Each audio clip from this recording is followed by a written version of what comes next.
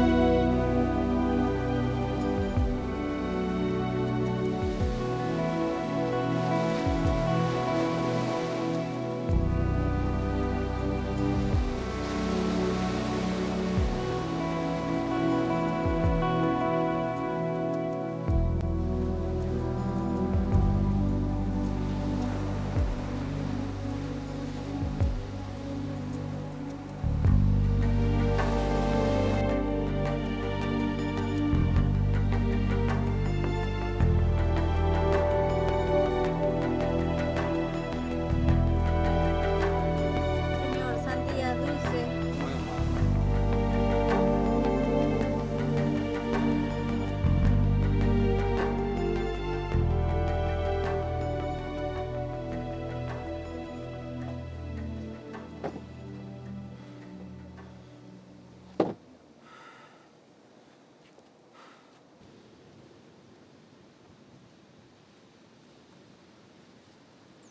Bienvenido, señor.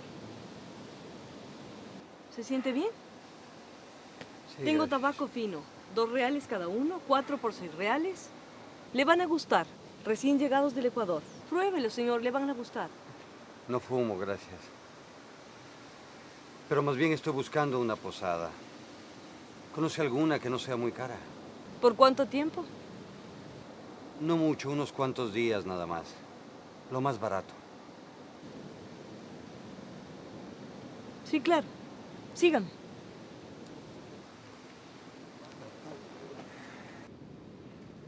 Lo veo pálido. ¿De dónde viene? De Guayaquil. Mala la travesía. Ya sabe cómo es el mar. Pero mi problema es otro. Sufro del estómago. Déjeme ayudarle. No, de ninguna manera, gracias. Yo soy tan fuerte como cualquier hombre. Gracias, pero estoy bien.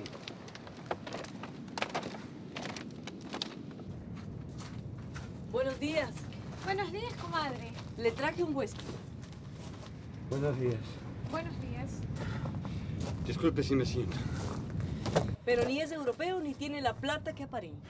Le digo, para que no haga planes. Perpetua Castro. Bienvenido, señor. Joaquín Olmedo. Un gusto conocerles. Por aquí, señor.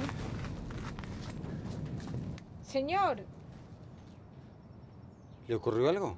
yo no le haría mucho caso. Mi comadre Manuela tiene su carácter. ¿Manuela? ¿Manuela Sáenz? La misma. ¿Sigue aquí todavía? Más de 10 años ya.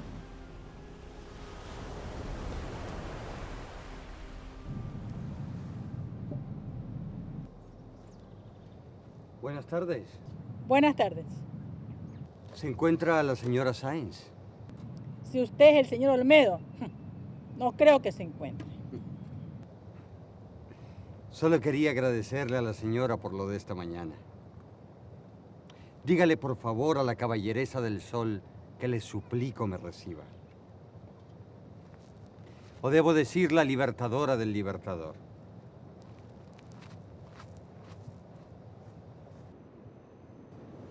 Dice que... Ya lo escuché.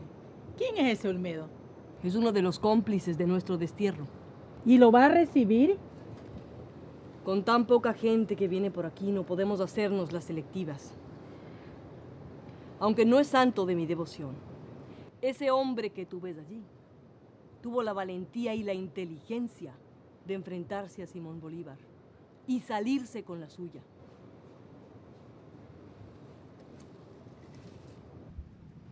Después de Vicente Rocafuerte, usted era la última persona en el mundo con quien quería hablar. Aunque tengo que aceptar que tiene recursos para tratar a una dama. Hace mucho tiempo que nadie me llamaba la caballeresa del sol. Pero quiero que me cuente sobre la revolución del 30 y de mi amigo Flores, que usted tuvo la gentileza de derrocar. Usted derrocó a mi presidente. Fuimos muchos. No fui solo yo. Usted fue vicepresidente en 1830. Era su amigo. Y mi compadre. Tuve que escoger entre él y mi país. Pero no hablemos de revoluciones, Manuelita. Ya hubo demasiadas. Jamás me imaginé que estuviera en Paita todavía. Gracias a su amigo Rocafuerte. Pero el Congreso del 37 le otorgó la amnistía. Así fue. Pero yo no voy a regresar a suelo patrio. Disculpe. Pase, por favor.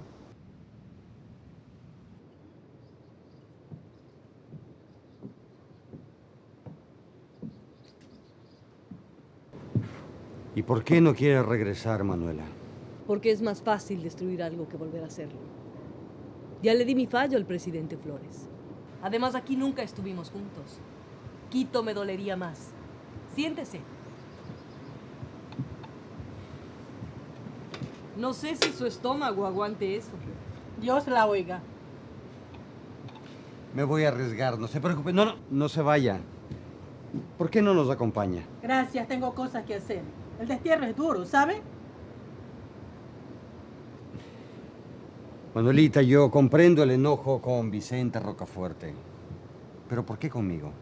Usted pudo impedir mi destierro cuando pasé por Guayaquil. Pero yo estaba en Babahoyo. Flores estaba hecho cargo de Guayaquil. Además, Rocafuerte no escuchaba a nadie. Cuando Flores le pidió el salvoconducto para usted, él se lo negó. Tengo que aceptarle que yo en cierta medida estuve de acuerdo con él. Pero en lo del destierro jamás. Textualmente, su carta a Vicente Rocafuerte decía: la Sáenz es otro cohete incendiario que reventará su tiempo. Lo del cohete estoy seguro que hubiera reventado. Pero por lo demás, Rocafuerte se endureció demasiado. No sé, tal vez no veía otro camino. ¡Defiéndalo! El éxtasis de la libertad, Manuela, duró muy poco. El país se caía en pedazos, todo era un caos. Rocafuerte pensó que su temperamento no era lo más aconsejable en Quito en ese momento. Pero claro, lo del destierro fue un ultraje y una injusticia. Manuela Sáenz no se lo merecía. No me importaba ya. Si los hombres tenemos que pagar algo por vivir conforme a nuestra conciencia y sin hipocresías, mi precio fue perderlo a él. Lo demás ya no era importante. De cierta forma, yo me fui con él.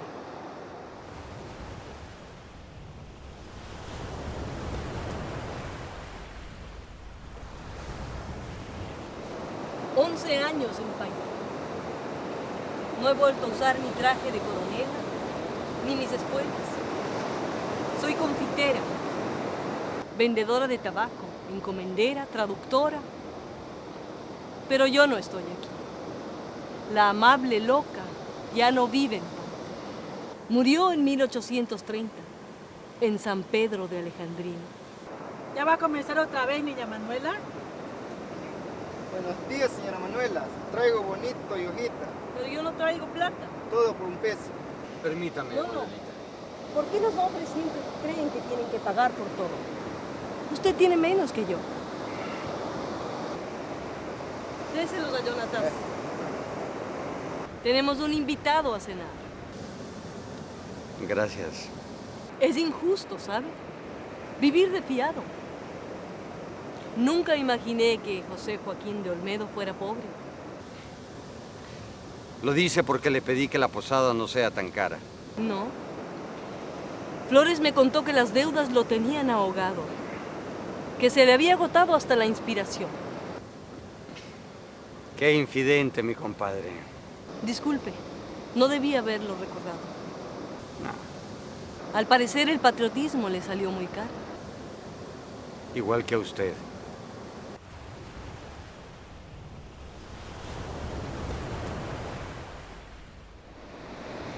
Tenemos dos invitados. Mejor me adelanto. Con permiso. Político pobre. Ah,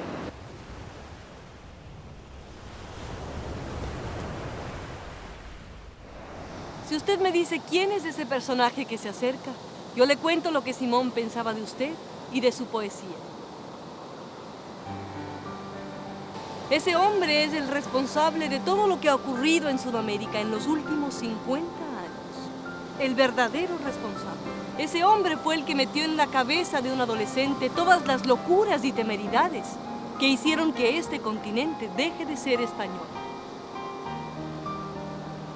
No será el hombre más extraordinario del mundo. Que formó su corazón para la libertad.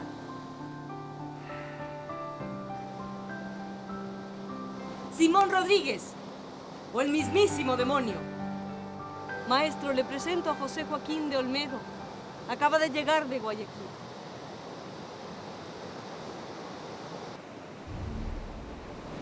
El trueno horrendo que en frago revienta y sordo retumbando se dilata por la inflamada esfera. Al Dios anuncia que en el cielo impera. Y el rayo que en Junín rompe y ahuyenta la hispana muchedumbre, que más feroz que nunca amenazaba a sangre y fuego eterna servidumbre. Y el canto de victoria, que en ecos mil discurre, ensordeciendo el hondo valle y enriscada cumbre, proclaman a Bolívar en la tierra, árbitro de la paz y de la guerra. ¿Quién es aquel que el paso lento mueve sobre el collado que a Junín domina? Que el campo desde allí mide y el sitio de combatir y de vencer designa. ¿Quién es aquel que trabado en la batalla, ufano como nuncio de victoria? Un corcel impetuoso y fatigado discurre sin cesar por toda parte. ¿Quién, sino el hijo de Colombia y Marte?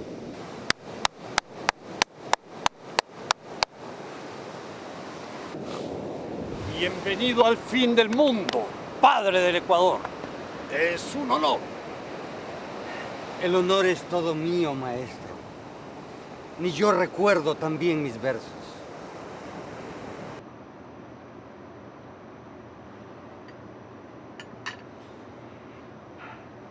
Manuelita, exquisito, muchas gracias. La experta es Jonathan. Yo nunca tuve habilidades para la cocina. Mi discípulo no pensaba lo mismo. Simón se podía comer cualquier cosa que yo le prepare. Como era lógico en un político y además mi amante, cualquier majadería que le preparaba le parecía un manjar. la debilidad del Libertador era la sopa de choclo. La debilidad del Libertador era yo. También, también. Ahí sí lo creo. Brindemos por eso. Secundo el brindis. Por doña Manuela. Por doña Manuela. Salud. Salud.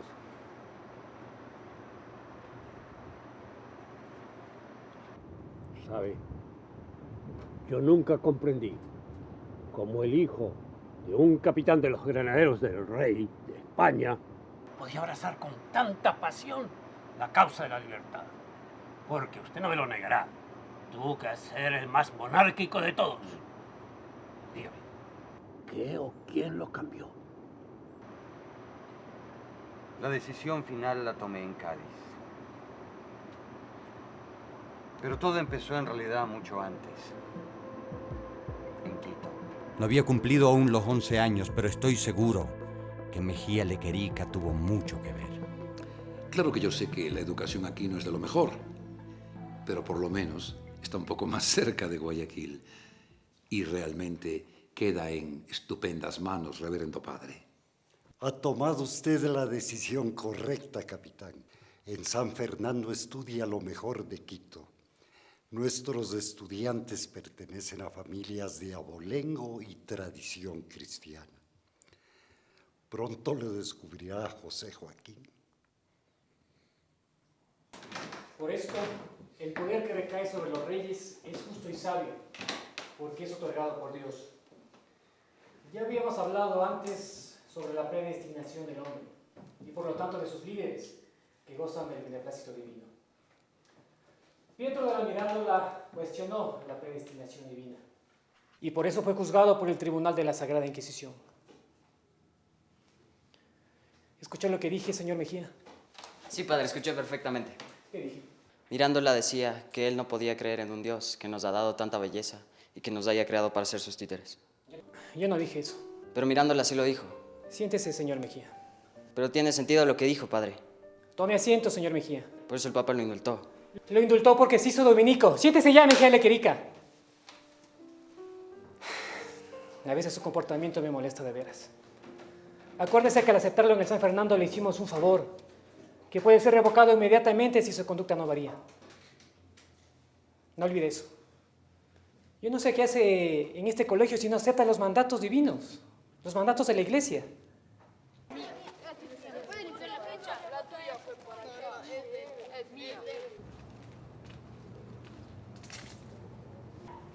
¿Qué hace aquí solo?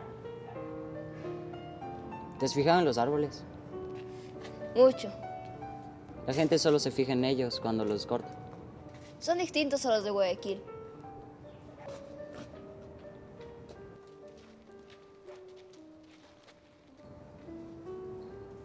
¿Por qué no se llevan contigo? No soy de Alcurnia. Ni mis padres tienen dinero. Pero ¿sabes qué? Así está mejor. Los que menos tenemos, nos esforzamos más. Si tuviera dinero o sería de Alcurnia, estaría perdiendo mi tiempo ahora con ellos. Me llamo Joaquín Olmedo. Vengo de Guayaquil. Ya te escuché. Yo soy José Mejía, de Quito. Con los territorios de América, es decir, la España de ultramar, el territorio español es el más extenso del mundo. Y Su Majestad, el Rey de España, quiere, con justa razón, que solo se practique la religión católica en esos territorios. Y no podía ser de otra forma, puesto que es la única religión verdadera, fundada por San Pedro, que fue delegado directamente de nuestro Señor Jesucristo.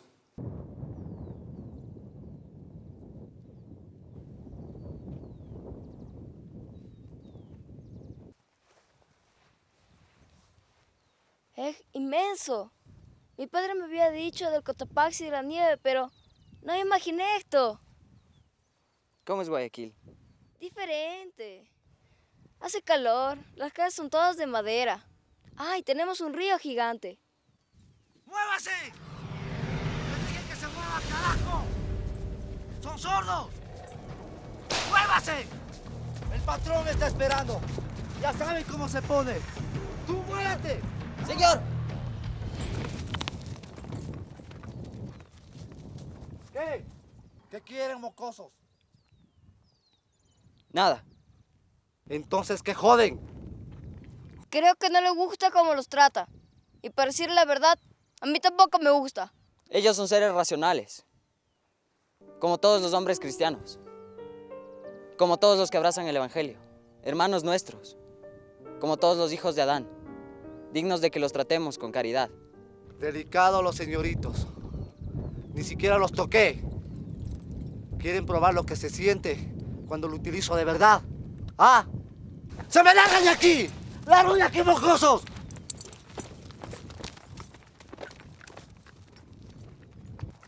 que se muevan, niños, vamos!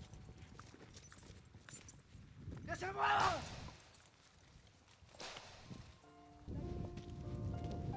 ¿De dónde sacas eso? No son palabras mías. El bibliotecario lo dice. Pero te la aprendiste de memoria.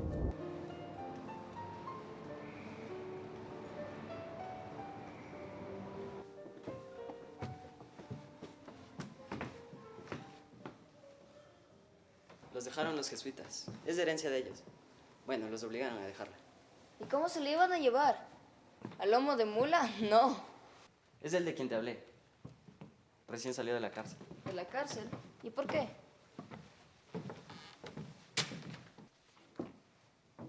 Un nuevo amigo. José Olmedo. Es de Guayaquil. Bienvenido. ¿Cómo estás, hijo? Bien, señor. Mucho gusto en conocerlo. ¿Se ha leído todos? Por supuesto que no.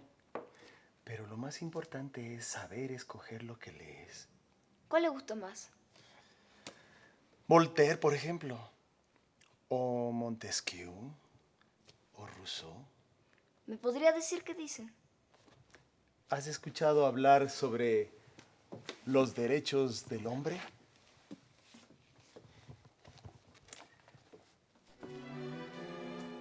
Los hombres nacen y permanecen libres e iguales en derechos. Las distinciones sociales solo pueden fundarse ante la utilidad común. Artículo 1 de la Asamblea Constituyente Francesa.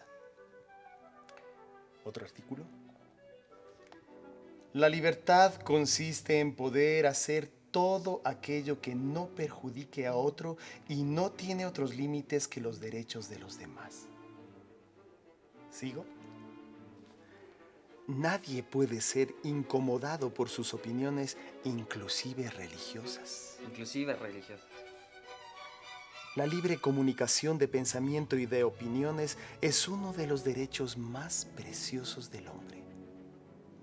En consecuencia, todo ciudadano puede hablar, escribir e imprimir libremente su propio pensamiento. ¿Qué te parece? Y yo nunca había escuchado cosas así. Estaba con la boca abierta. Y este hombre hablaba y hablaba y hablaba. Tenía una facilidad de palabra impresionante. Citaba a Voltaire como si nada. Y yo, pese a mi corta edad, me preguntaba quién era este genio de la lucidez y la sabiduría. El duende. El duende inasible. Sí, el espejo, el duende inasible. Yo nunca había conocido un hombre así.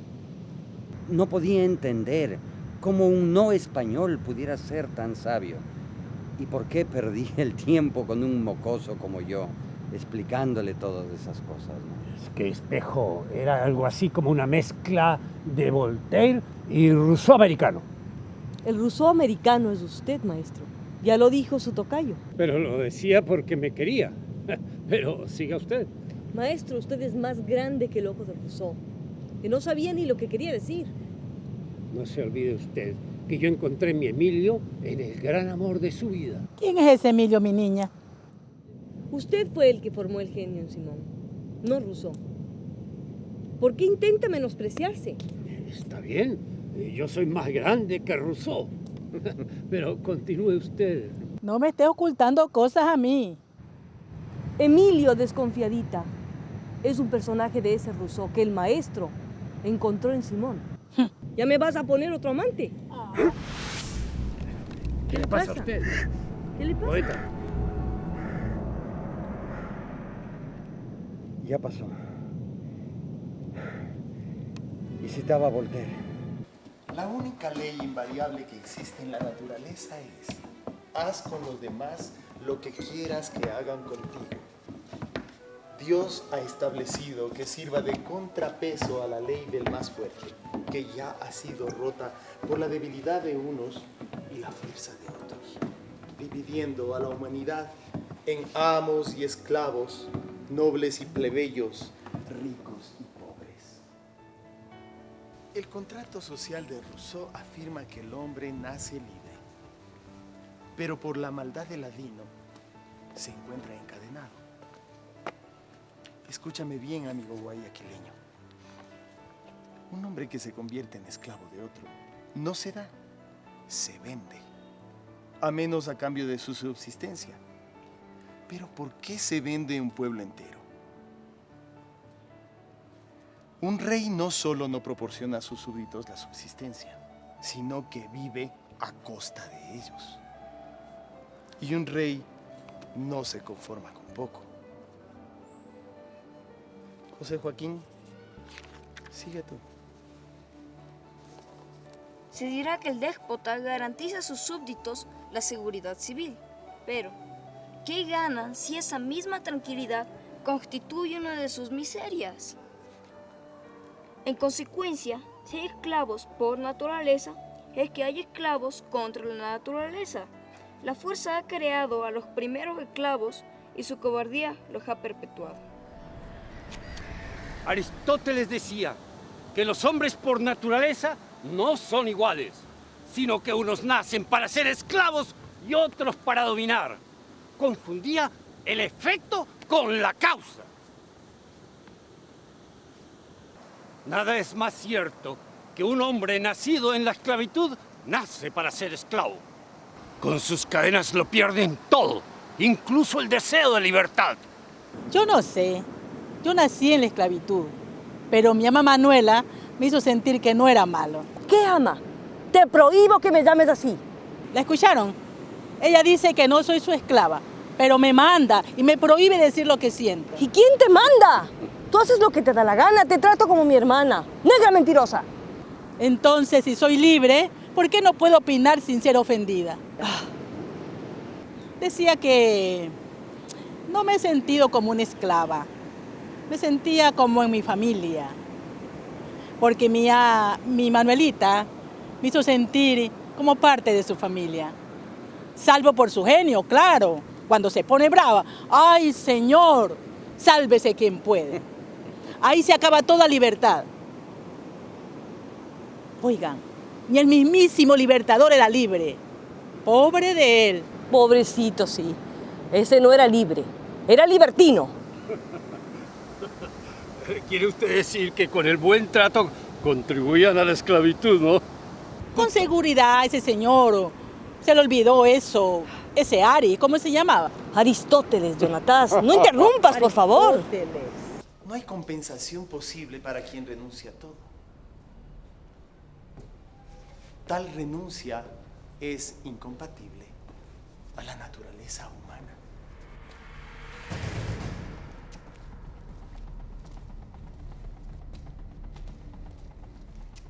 Doctor Espejo, tenemos órdenes de Vicente Muñoz de detenerlo. Nadie puede ser privado de su libertad. Pero mientras América no sea solo para los americanos, esto no cambiará. ¿Bajo qué acusación? Son mis órdenes, vamos. No lo pueden tratar así. Mi padre es capitán de los granaderos del rey. Se lo voy a decir. Suéltenlo. Ceder ante la fuerza es un acto de necesidad, no de ¡Esto es voluntad. injusto! Déjenlo. Vamos, vamos. El más fuerte nunca será lo suficientemente fuerte para ser siempre el amo. ¡Nunca!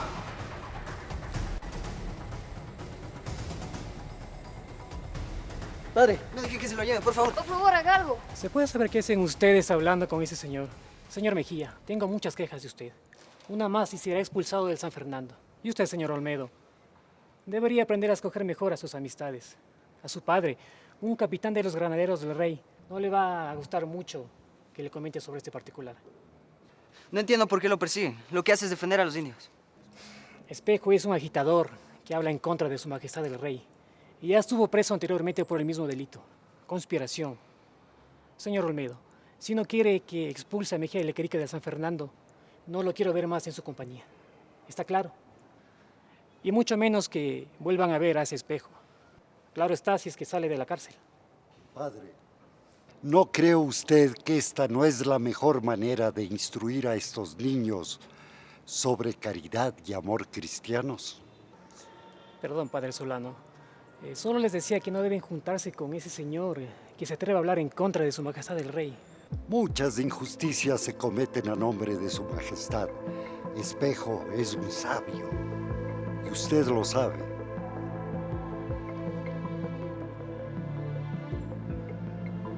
No entiendo por qué lo detuvieron. Por sus ideas. Les dice que América es para los americanos. Y publicó un periódico donde habla de la Revolución Francesa y que los pueblos desterraron a los reyes. Destronaron a los reyes. Y les cortaron la cabeza con guillotina. ¿No lo sabías? ¿Dónde has estado? Es difícil de imaginarse un país sin rey.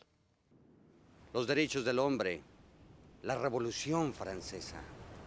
Hablaba de Rousseau y de Voltaire, nombres que yo jamás había escuchado mencionar a mi padre. Y a esa edad el padre de uno lo es todo. Es como un dios. El mío nunca me habló del contrato social. O de Voltaire. Solo hablaba del rey de España como si fuera Júpiter y de la grandeza de esa nación. Me decía que aunque era hijo de español, había tenido la desgracia de nacer en las colonias. No debiste mezclarte con esa gente, José Joaquín. Esos son revoltosos enemigos de España, ¿entiendes? Que no sé qué sandeces están hablando de separatismo, ni de qué cosas extrañas. Y eso nunca va a ocurrir. Métetelo en la cabeza. El doctor Espejo es un hombre muy bueno, muy inteligente, padre. ¿Pero qué tonterías estás hablando? ¡Qué inteligente! ¡Inteligente! Él defiende a los indios. Aquí los maltrata mucho. José Joaquín, ese Espejo es un sedicioso que está queriendo separarnos de España. Y eso nunca va a ocurrir. ¿Entiendes? 3 años después, en el Colegio San Carlos de Lima, me impresionó la muerte de Espejo. Yo en esa época todavía coincidía con mi padre en que la independencia americana de España era una utopía. Pero ¿cómo impedir las injusticias y los maltratos?, me preguntaba. ¿Conocían en España lo que ocurría en las colonias? Por supuesto que sabían. A los españoles nunca les importaron los indios, ni los criollos americanos, ni ninguna otra persona. Los que no eran esclavos eran cómplices y encubridores, alcahuetes de lo que estaba sucediendo. En España conocían perfectamente qué es lo que estaba pasando en América. Conocían del salvajismo de las mitas. Entre España y América hay miles de leguas, Manuelita. No todos sabían allá lo que acontecía en las colonias. Las mitas se oponen a la libertad de los indios, que nacieron tan libres como los reyes de Europa. Eso es hermoso. Lo que merecidamente se padece debe sufrirse con resignación. Pero los indios fueron condenados a esas horribles y famosas fatigas sin otra culpa que la avaricia ajena. Sin otro crimen que su humildad y su mansedumbre. ¿Quién dijo eso? Lo dijo el poeta en las Cortes de Cádiz y fue publicado en Inglaterra. Cuéntenos lo de Cádiz. Corría el año de 1812 y la política los tenía absortos. Solo hablaban del abandono del trono de Fernando VII y de la coronación de José Napoleón como rey de España. Nadie estaba interesado en lo que tenía que decir un inexperto diputado de provincia.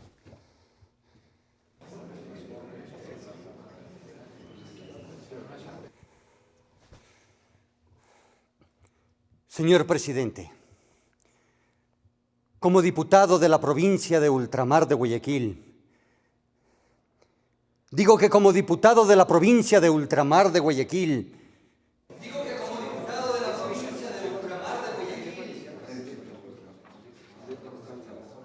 los indios americanos, que nacieron tan libres como los reyes de Europa. Señores, he dicho que los indios americanos, que nacieron tan libres como los reyes de Europa, son arrancados de sus hogares y del seno de sus familias para ser sometidos a la esclavitud de las mitas,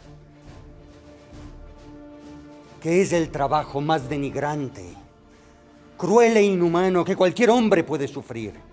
En las Américas se desarraiga a la población aborigen.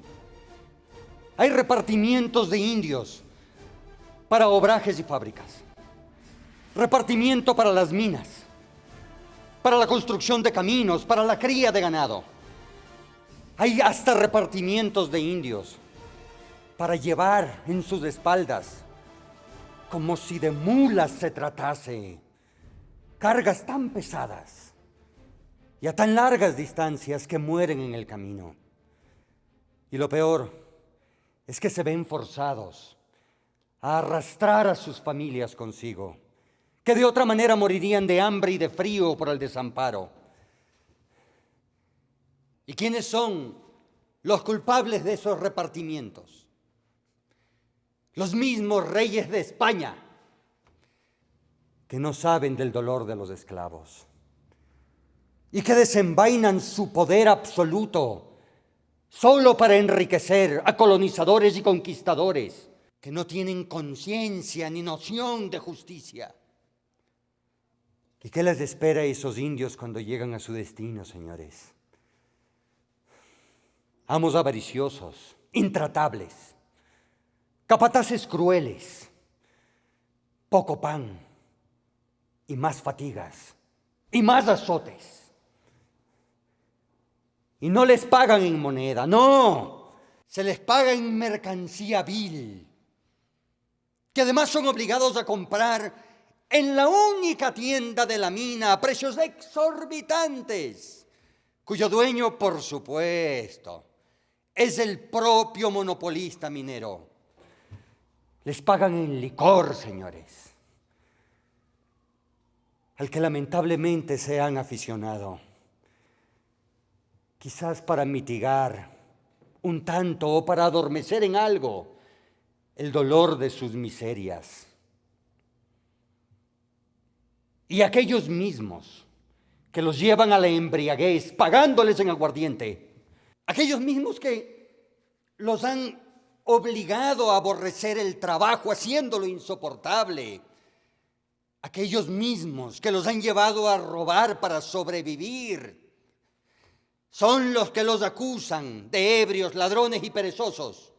Que no se diga entonces entre nosotros, por Dios, que se ha coartado la libertad de los indios para su bien. Es admirable, admirable, que hubo un tiempo en el que se esgrimieran argumentos a favor de tal práctica de muerte. Y más admirable aún, que hubo leyes que las sancionaran, reyes que las protegieran y pueblos que las sufrieran. El remedio, señores, es simple y tanto más fácil. El remedio es la abolición de las mitas. Señor presidente, señores diputados.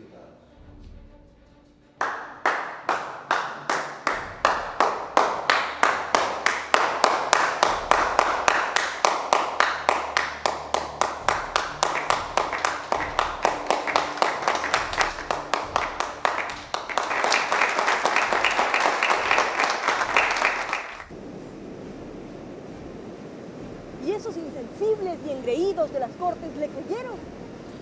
¿Quién podría inventar esa monstruosidad de las mitas? América es para los americanos, mi joven amigo guayaquileño. Mejía Lequerica.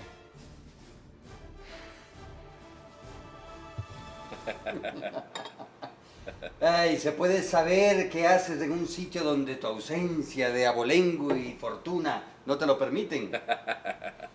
Estoy representando a Nueva Granada y a Quito. Y yo a mi Guayaquil. Me suponía.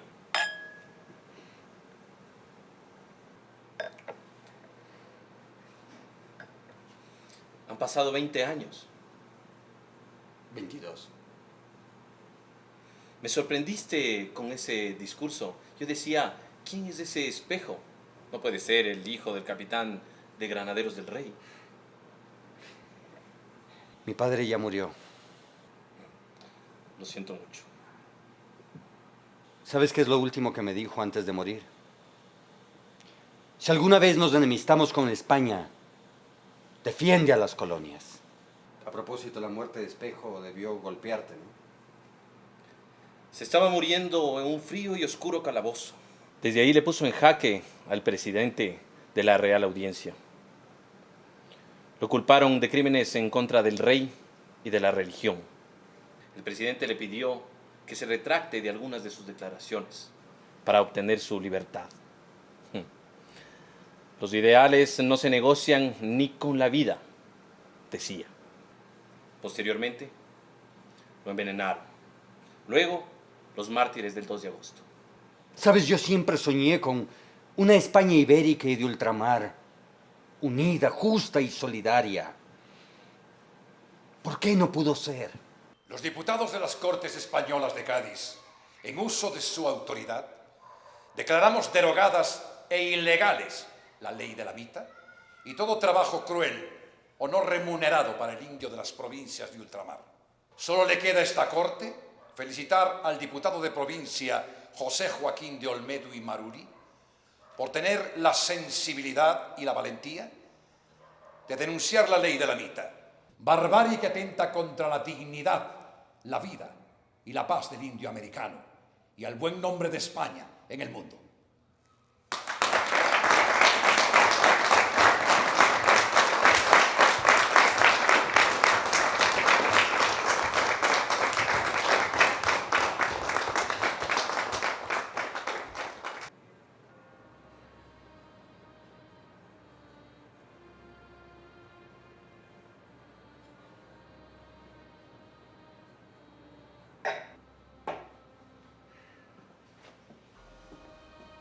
José, te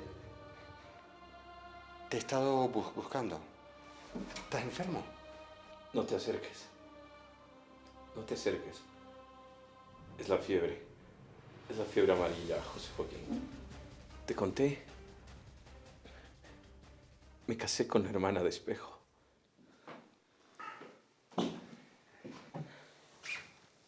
No lo sabía. Por favor, si no salgo de esta, escríbele a mi esposa. Por favor, escribe a mi esposa. Por favor.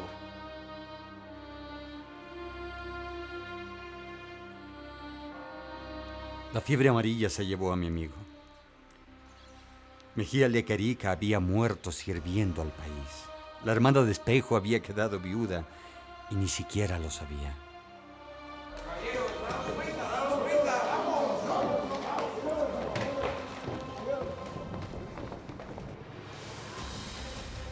¿Qué ocurre, señor diputado? ¿No lo sabéis? Fernando VII ha vuelto al trono. Ha declarado ilegales las Cortes y ha abolido todo lo actuado. Ha restablecido la Inquisición y nos ha declarado enemigos de la corona. Mejor desaparece. Si os atrapan, estáis perdidos. Constaba en todas las listas. Era perseguido para ser detenido como enemigo del rey de España. Mi nombre figuraba en todos los puertos.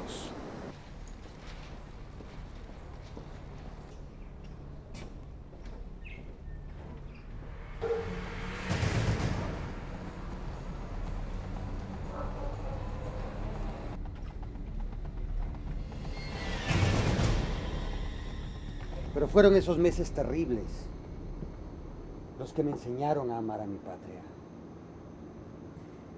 Y me di cuenta de cuán iluso había sido al esperar del conquistador justicia.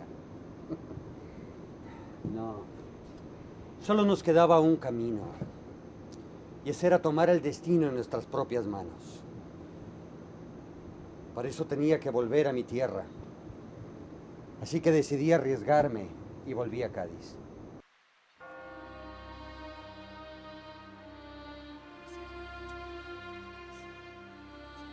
Comprendí de la manera más cruda y cruel de lo que hablaba Espejo, lo que significaba la libertad. No recuerdo otro momento en mi vida en el que me haya sentido más solo. ¿Cuánta razón tuviste, Mejía Lequerica? ¿Cuánta razón tuvo Espejo? Yo sabía que si me encontraban me condenaban a muerte. Pero más pudo el afán de ver nuevamente a mi Guayaquil del alma.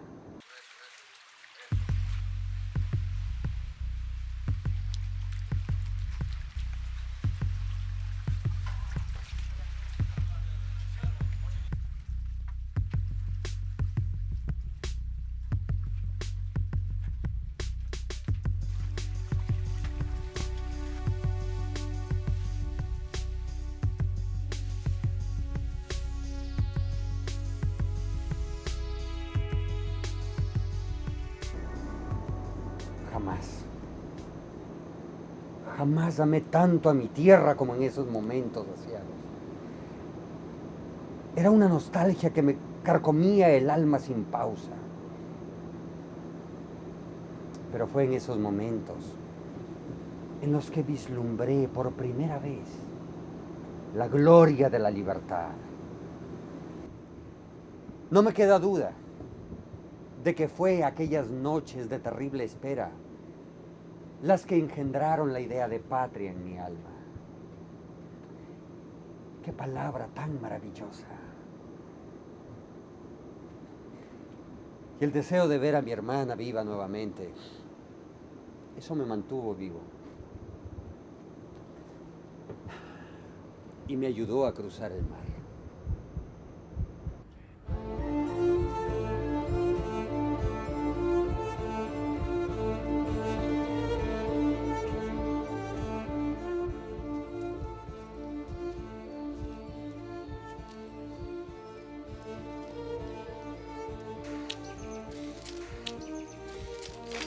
Patrón, te juro que no lo había reconocido.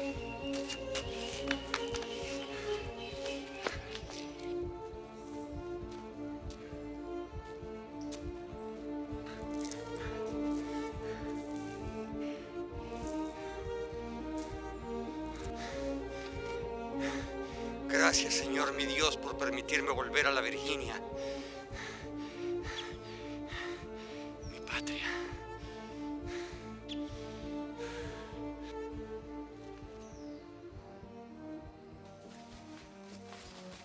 Mire, patrón, todo el cacao se ha dañado. Esto no vale, ve.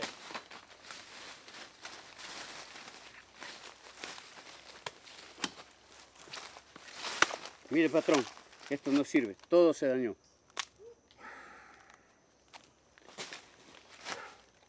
No importa, Pedro. Volvemos a sembrar. Así se habla, patrón.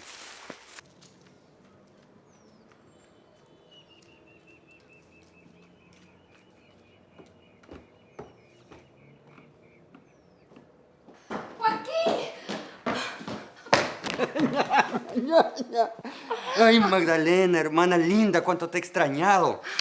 Ay, José Joaquín, gracias a Dios. Qué maravilla que estés bien. No pensaba volverte a ver más. Cuando llegaron noticias de Cádiz, y no tuyas, todos te dábamos por muerto. Hay orden de detención en mi contra en Guayaquil. No, pero es peligroso que vayas a Guayaquil. Debes quedarte aquí. Estás flaco, pero vivo. Aquí la gente de la Virginia decía que habías muerto en España. Ya no quisieron seguir trabajando. Yo aquí sola no podía hacer mucho. Tuve que vender casi todo el ganado para pagar las deudas.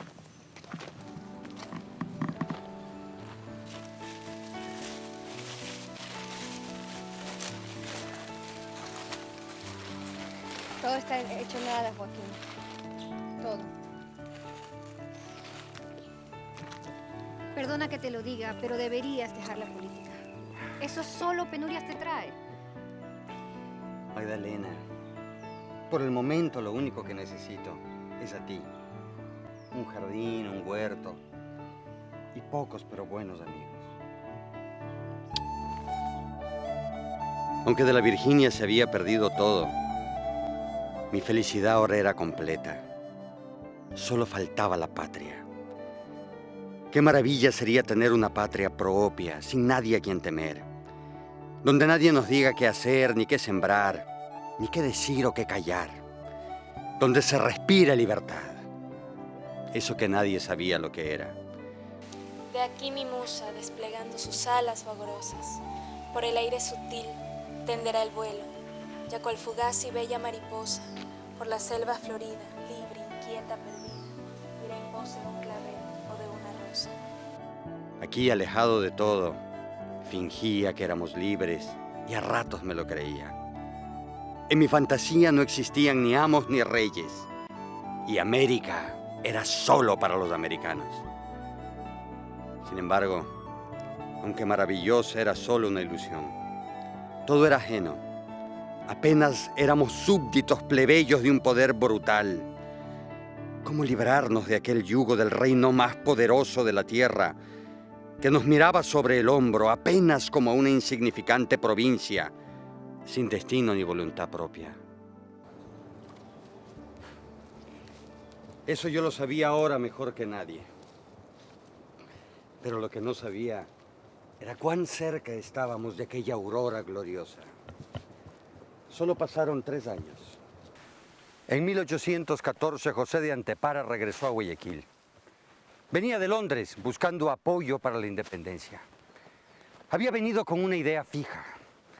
América no podía ser más gobernada por un monarca absolutista que disponía de vida y hacienda desde más allá de la mar Océano. Antepara había caído del cielo. Y con él Villamil, Bejarano, los hermanos Elizalde, Lorenzo Garaycoa, Francisco Lavallen y otros patriotas. Empezamos a planificar un movimiento revolucionario que debía iniciar en Guayaquil la independencia de la patria. Más de 4 años nos tomó inculcar en los guayaquileños las ideas de libertad y democracia. Aunque no me crean, estaban reacios a aceptar esas ideas libertarias. ¿Pero qué las iban a aceptar? Si la mayoría de guayaquileños eran españoles y familia de españoles. Exacto. En esa época cualquier reunión nos servía de pretexto para hablar de un tema que se había vuelto una obsesión para nosotros.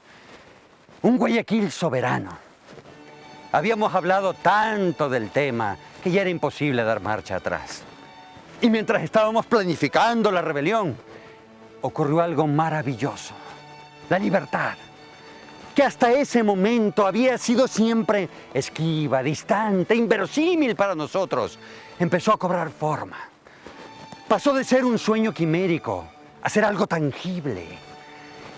La libertad dejó de ser una extraña para convertirse en una amiga y después en una amante. Era tan real que podíamos sentir su aroma perfumado y discreto en cada esquina de la ciudad. Era el momento para la acción. ¡Basta de planes! Era el año bendito del Señor de 1820.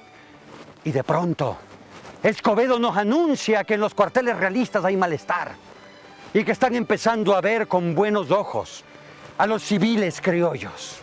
Era maravilloso.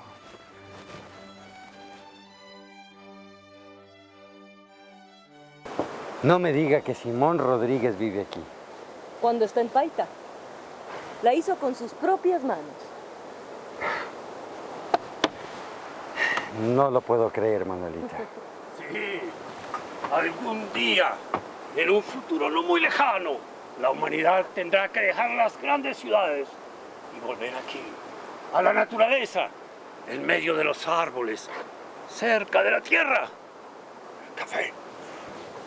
Hubo 3 oficiales venezolanos, paisanos míos. Venían del Perú. Les habían dado de baja del batallón Numancia. Por insubordinación. Por eso. Aunque nos cayeron del cielo. Febres Cordero, Urdaneta. Y los hermanos Letamendi. ¿Cómo olvidarlos? Iban para Venezuela de paso por Guayaquil. ¿Venezolanos? Afortunadamente, los convencimos de que se quedaran. Ellos junto a Escobedo, Capitán Nájera y el cacique Álvarez, del batallón de caballería, se tomaron los cuarteles uno a uno.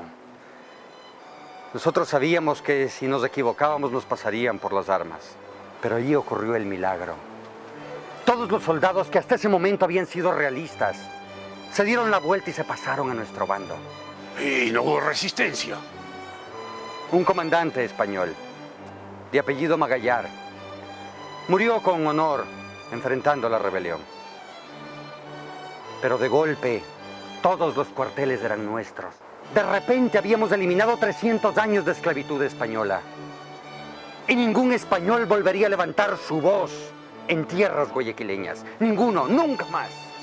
Luego de esta victoria sagrada, que Guayaquil deberá agradecerles eternamente a Urdaneta, Letamendi, Antepara, Febres Cordero, Villamil y al resto de patriotas, me permito darles otra buena nueva. Muy pronto nuestros hermanos de Quito también serán liberados. Y para ello hemos preparado... Pero dígalo usted, capitán Urdaneta. Gracias. Saldremos mañana mismo, al amanecer, con más de 2.000 patriotas, a liberar Quito.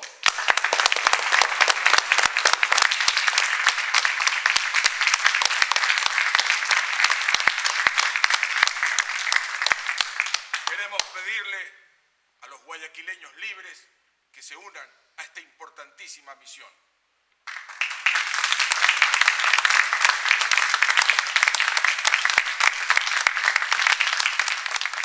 Artículo primero. La provincia de Guayaquil es libre e independiente. Su religión es la católica. Su gobierno es colectivo y sus leyes las mismas que regían últimamente en cuanto no se opongan a la nueva forma de gobierno establecido. Artículo 2.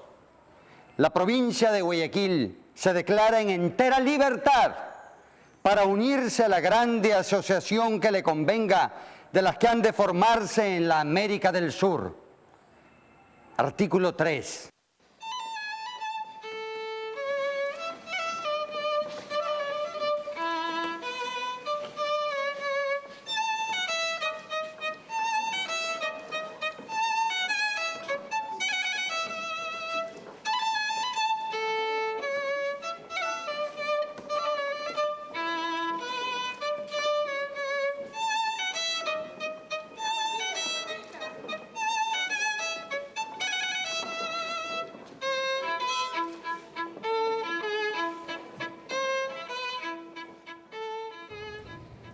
Llegaron victoriosos a Huachi, cerca de Ambato.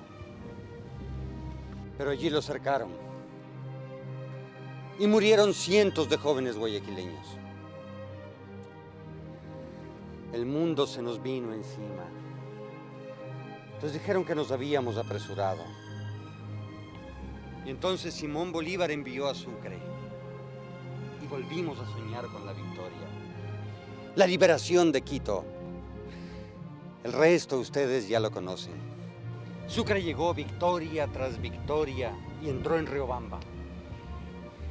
Y se preparó a enfrentarse a Imerich en Huachi. Pero sus triunfos sucesivos lo hicieron apresurarse. Y se lanzó al ataque. Pagó cara su osadía. Porque allí murieron otros 1000 jóvenes heroicos, en el mismo campo de batalla donde todavía no se había secado la sangre de los otros. Sé que me culpan de temeridad. Tomé la decisión y me equivoqué. Toda la culpa es mía, solo mía.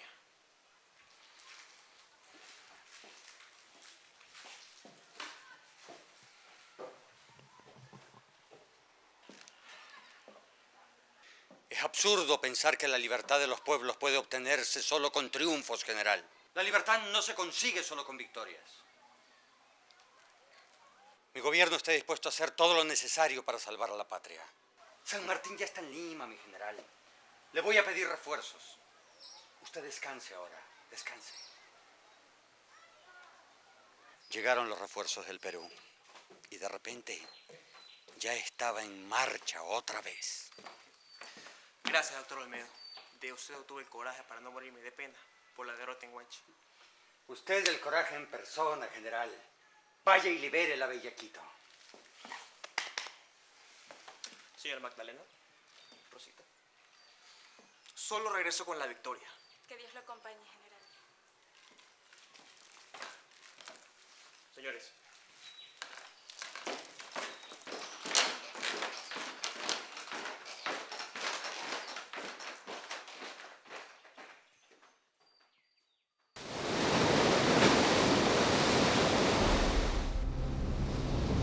Esta vez Sucre evitó Huachi y entró por el Valle de los Chiles, subió el Pichín.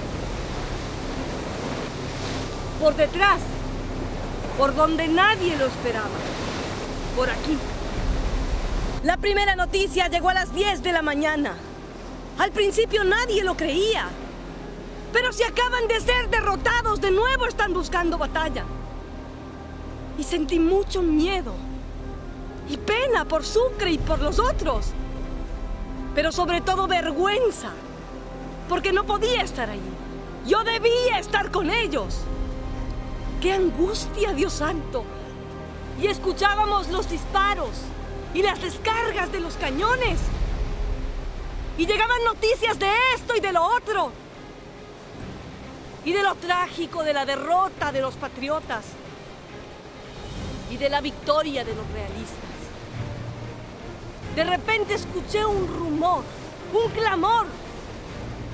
Y vi desde el balcón a los soldados realistas que corrían aterrorizados. No sabía qué pasaba. ¿Por qué estaban huyendo? Y de repente vi a la Gloria en persona. Dios era la Gloria. Era Antonio José de Sucre que, como un ángel vestido de azul, bajaba las laderas del Pichincha. Era la libertad. El sueño más maravilloso que podíamos imaginar. Era la gloria. 300 años de opresión y tiranía se acababan de golpe. Nunca lo imaginamos. Era la libertad.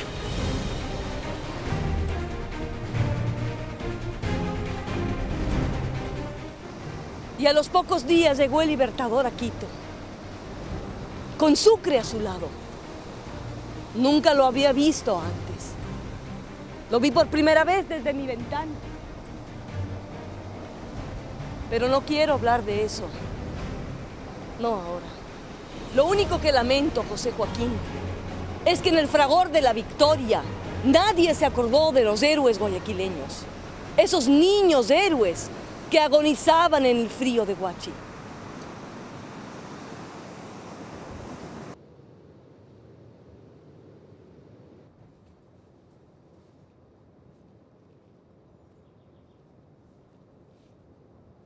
¿Por qué vino a Paita? No será por su estómago. Él sabe a qué vino, pero no quiere decirlo. Vino a castigarse, a rumiar su culpa. Piensa que ha fracasado, que le falló a su país, que le falló a América, a él mismo. Siento que viene en busca de un purgatorio. ¿Y por qué a Paita? ¿Le parece esto el cielo? ¿Será por eso que vivo aquí? No diga boberías, niña Manuela. ¿Qué pecado cometió usted? Algo malo hizo ese hombre. Entonces, ¿por qué ahora la gente le da la espalda? La gente no es malagradecida. No, el pueblo no es malagradecido. Sí te hacen toda clase de homenajes, pero claro, cuando estás 3 metros bajo tierra, te llevan flores del cementerio, le ponen tu nombre a no sé qué mierda. No hay nada más desagradecido que el pueblo. Su amigo Rousseau decía, no se puede encontrar la verdadera felicidad si no se lleva en sí mismo. La muerte de su hija, de su hermana, los males de su patria, lo dejaron así. ¿Se le murió una hija? De apenas 6 años. Olmedo andaba en Europa. Bolívar lo mandó a que buscara un préstamo. Cuando volvió a los 2 años a Chile, le dieron la terrible noticia. Andrés Bello me contó en una carta que él escribió. Debo ser el hombre más insensible de este mundo si no muero de este dolor. He perdido a la prenda más querida, mi hija. Me pregunto si el destino de los héroes es la pobreza. Él lo sabía. El Libertador me dejó leer una carta que Olmedo le escribió cuando las calumnias lo indispusieron con Simón. La carta decía: muy señor mío, y si usted me lo permite todavía, mi muy querido amigo, sabe usted por la historia de los siglos ¿Cuál ha sido el destino de los hombres de bien de las revoluciones?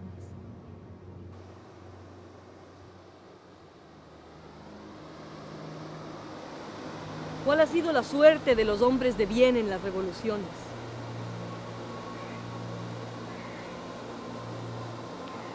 Manuelita, ¿Qué más le dijo en su carta al Libertador?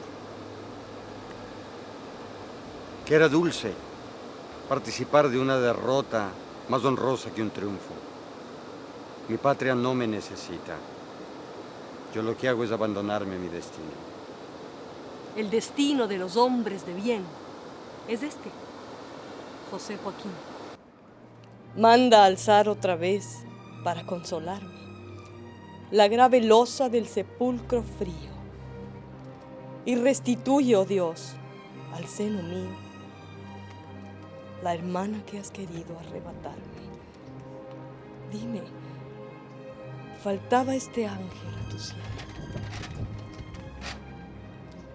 Siento mucho lo de su hermano y también lo de su hija.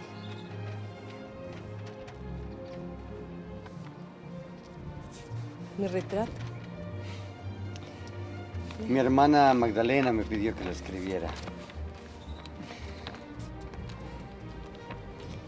Este es pues mi retrato, el cual queda perfecto si una corona en torno de su frente ponemos, de rosas enlazadas al mirto y al laurel tierno, que el amor y las musas alegres me ciñeron.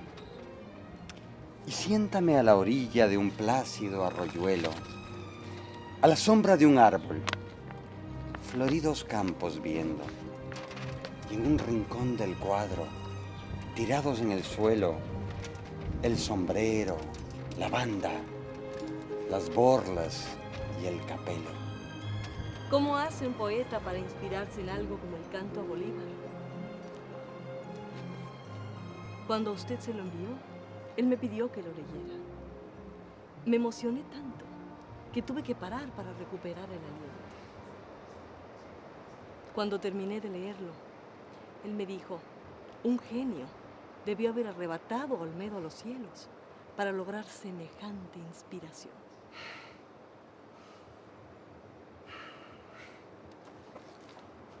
¿Cómo fue? Porque usted se enfrentó muchas veces a mi Simón. Nunca entendí cómo un poeta se atrevía a transformarse en un político y a pelearse a capa y espada con el Libertador. Y luego cantarle a Simón. Nos habíamos ganado la libertad. Teníamos derecho a escoger nuestro propio destino. Él estaba furioso con su decisión. Un río y una ciudad no pueden ser una república, me dijo. Guayaquil no tenía por qué recibir órdenes ni de Bolívar o de San Martín. Mi visión de país era otra. Yo vi un Guayaquil integrado a Quito y a Cuenca, pero dejando a un lado nuestras diferencias. Bolívar era un personaje como salido de la mitología griega, o algo así. España es la nación más poderosa de la tierra, y este hombrecillo como un duende la derrotaba batalla tras batalla, con su valentía mítica y su estrategia de mago. Y de pronto, como si esa gloria no le alcanzara, venció en Junín. Lo de Junín fue demasiado para mi espíritu. Yo lo vi cabalgando en Palomo, libertando un territorio tan grande como Europa. Y si no cantaba lo que mi corazón sentía en ese momento, tras la noticia de la victoria, hubiese explotado mi corazón. Fue un escape más que un poema. Necesitaba decirlo. Y que América entera me escuchara. Ansiaba embarcarme en el carro de su gloria. Y el canto a Junín fue mi pasaje.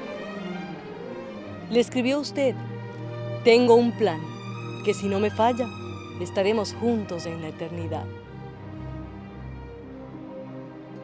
Después de la revolución de marzo del 45, le escribí al general Flores. Usted, le dije, Tiene el defecto de criar cuervos para que le saquen los ojos. Se lo dije por Vicente Rocafuerte, pero también por usted. Me gustaría que fuera mi hijo para regañarlo bien, le escribí. Pero ahora creo que lo juzgué mal. A usted, por supuesto.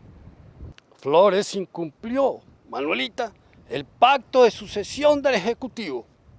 Creyó que el país le pertenecía. Usted hizo lo que tenía que hacer. El futuro de la patria estaba en juego. La revolución de marzo de 1845, después de la de octubre, fue el movimiento libertario más importante que recuerde la historia del Ecuador. Ahí se consolida el Ecuador. Y usted fue el caudillo indiscutible de esa revolución.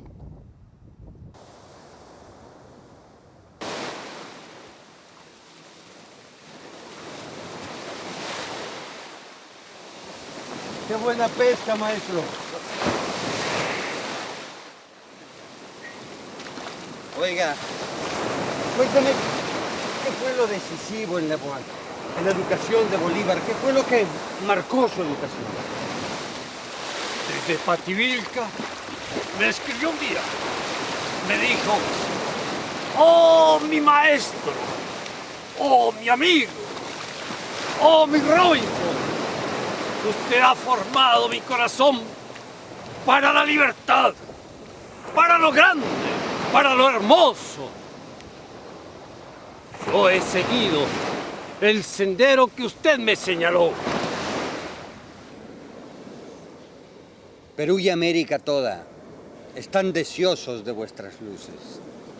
La obra de la espada deberá completarse con la vuestra, que es la ilustración y las virtudes. Así me dijo. Él exageraba siempre mi aporte en su formación. Pero la semilla la puso él. Yo lo único que hice fue regarla. Y la tierra también la puso él. La disciplina, el coraje, la inteligencia. Así la semilla se transformó en roble. La educación funciona, pero no es Dios. No se puede sembrar una semilla de laurel y esperar que crezca un ceibo. La verdadera educación debe enseñarlos a pensar, no decirles en qué creer ni qué repetir de memoria. Debe enseñar a reflexionar y que saquen sus propias conclusiones. Lo que sí recuerdo haberle inculcado a Simón Bolívar y repetido hasta el aburrimiento es que la vida es una sola y que no vale ni ser mediocre, ni cobarde, ni infeliz. Y usted siguió, al igual que él, el mismo camino. Usted, mi querido poeta. No entiendo qué le hace sentirse responsable de todo. ¿Por qué piensa que es culpable? Porque no hice lo suficiente. Mira la patria cómo está. Solo dábamos tumbos y seguimos dando tumbos. Miro hacia atrás y no he hecho nada. Y eso me avergüenza y me entristece. Usted, además de ser prócer de la independencia, fundó la República, redactó la primera Constitución en 1830. Fue el caudillo indiscutible de la Revolución de Marzo. Usted terminó con la esclavitud, defendió al indio ecuatoriano en Cádiz. Si usted no ha hecho nada, entonces ¿quién? Pero la miseria, la pobreza y la ignorancia están ahí. La incuria del uno, la altanería del otro. A una nación no la construye ni uno ni mil gobiernos, como nos hacen creer. La construye un pueblo culto y la destruye un pueblo ignorante. El problema de la patria no es nada de lo que usted tenga que sentirse culpable. Es la ignorancia que lleva al caos. Solo la educación podrá llevar al niño a formar sus valores, a desarrollar la ciencia, la agricultura, la industria. Nada que nosotros podamos ver en vida.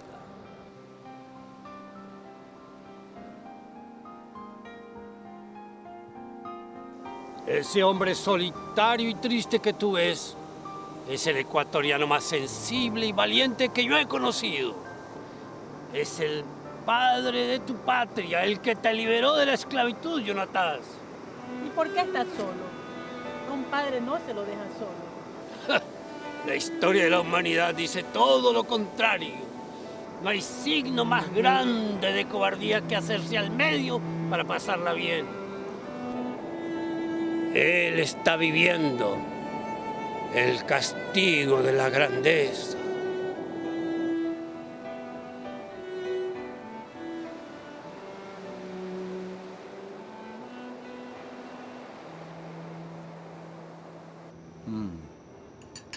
Delicioso. Coincido con eso. Pescado por las manos de Simón Rodríguez. No, de Samuel Robinson. Sazonado por Jonatas. Eso es verdad. Jonatas, ¿nos acompaña? Por supuesto, caballero. Es un honor.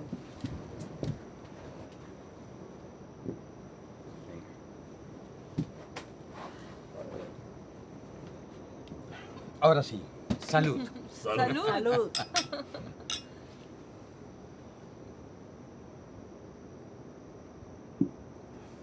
Déjeme decirle que a José Joaquín de Olmedo y Maruri nadie podrá negarle ser el padre de la República del Ecuador y el precursor de la poesía castellana en el Nuevo Mundo. Nadie. Mañana, cuando nuestra envoltura carnal regrese al polvo, que nuestros sueños no mueran con nosotros, sino que sigan viviendo eternamente en el afán y la obra de nuestros discípulos. Salud. Salud, maestro, salud.